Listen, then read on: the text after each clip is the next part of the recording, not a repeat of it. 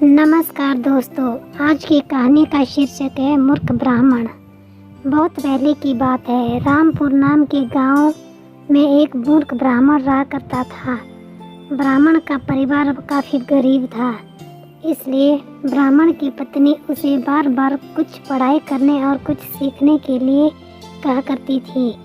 लेकिन ब्राह्मण बड़ा ही कामचोर था, इसलिए वह कहीं आना जाना नहीं चाहता था। एक दिन जब उसकी पत्नी ने बहुत अधिक जोर दिया और कहा कि आज तुम्हें स्कूल जाकर कुछ पढ़ाई करना ही होगा, वह अपनी पत्नी के गुस्से को देखकर तैयार हो गया। वह अपने घर से निकला और पीछे के रास्ते से जाकर घर के पीछे छुपकर बैठ गया।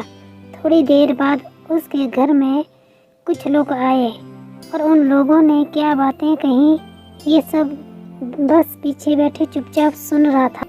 जब शाम हो गई तब ब्राह्मण वापस अपने घर के पीछे से निकलकर आया और आकर अपनी पत्नी से कहा कि आज मैंने इतनी पढ़ाई कर ली है कि अब मैं भविष्य और अतीत देखने लगा हूँ। ये सुनकर उसकी पत्नी को बड़ा आश्चर्य हुआ और यकीन भी नहीं हुआ। तो उसने कहा कि अच्छा ऐसा है, तो बताओ आज जब तुम स्कूल गए थे तो घर में क्या हुआ। अपनी पत्नी का सवाल सुनकर ब्राह्मण ने उत्तर दिया कि आज हमारे घर में कौन आया था और उसने क्या बातें कही। ये सब तो वह पीछे बैठकर सुन ही रहा था। जवाब सुनकर ब्राह्मण की पत्नी को यकीन हो गया कि सच में उसका पति अतीत और भविष्य देखने लगा है।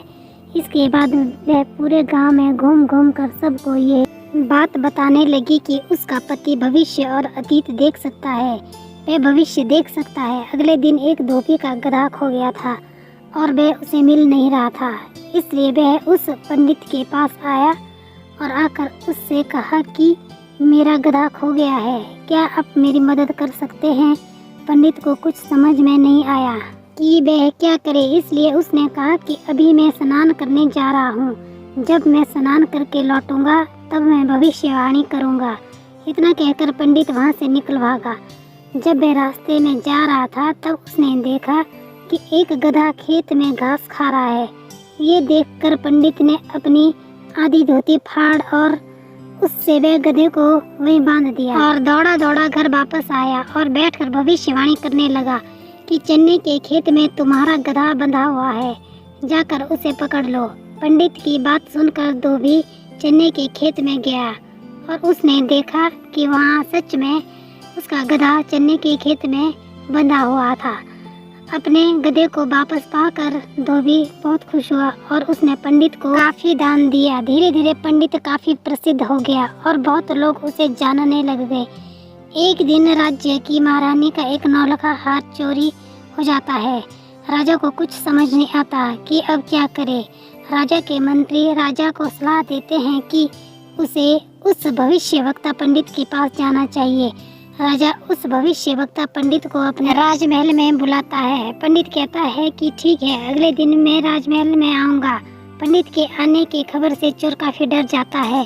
चोर को लगता है कि जब पंडित भविष्यवाणी कर देगा और राजा को पता चल जाएगा कि ये हार मैंने चुराया है तो मेरा मरना तय है, इसलिए वह चोर पंडित के पास रात को जाकर कहता है कि वह 9 लाख का हार मैंने चुराया है, आप ये बात कृपा करके राजा को ना बताएं। इसके जवाब में पंडित कहता है कि ठीक है, ये बात राजा को नहीं बताऊंगा, लेकिन तू ये 9 लाख का हार मुझे दे दो। चोर ने हार पंडित को दे दिया।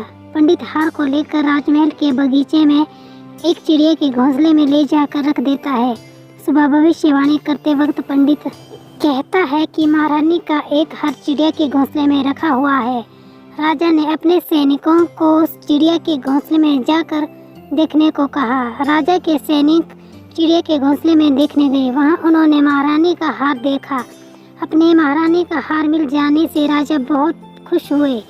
उन्होंने ब्राह्मण को काफ़ी दान दे दिया, जिससे ब्राह्मण का घर खुशी खुशी चलने लगा और उसकी गरीबी दूर हो गई। अगर आपको हमारी ये कहानी मूर्ख ब्राह्मण अच्छी लगी हो तो इसे शेयर ज़रूर करें और कमेंट करके अपना विचार हमें ज़रूर बताएं। चैनल पर नए हो तो चैनल को सब्सक्राइब करें।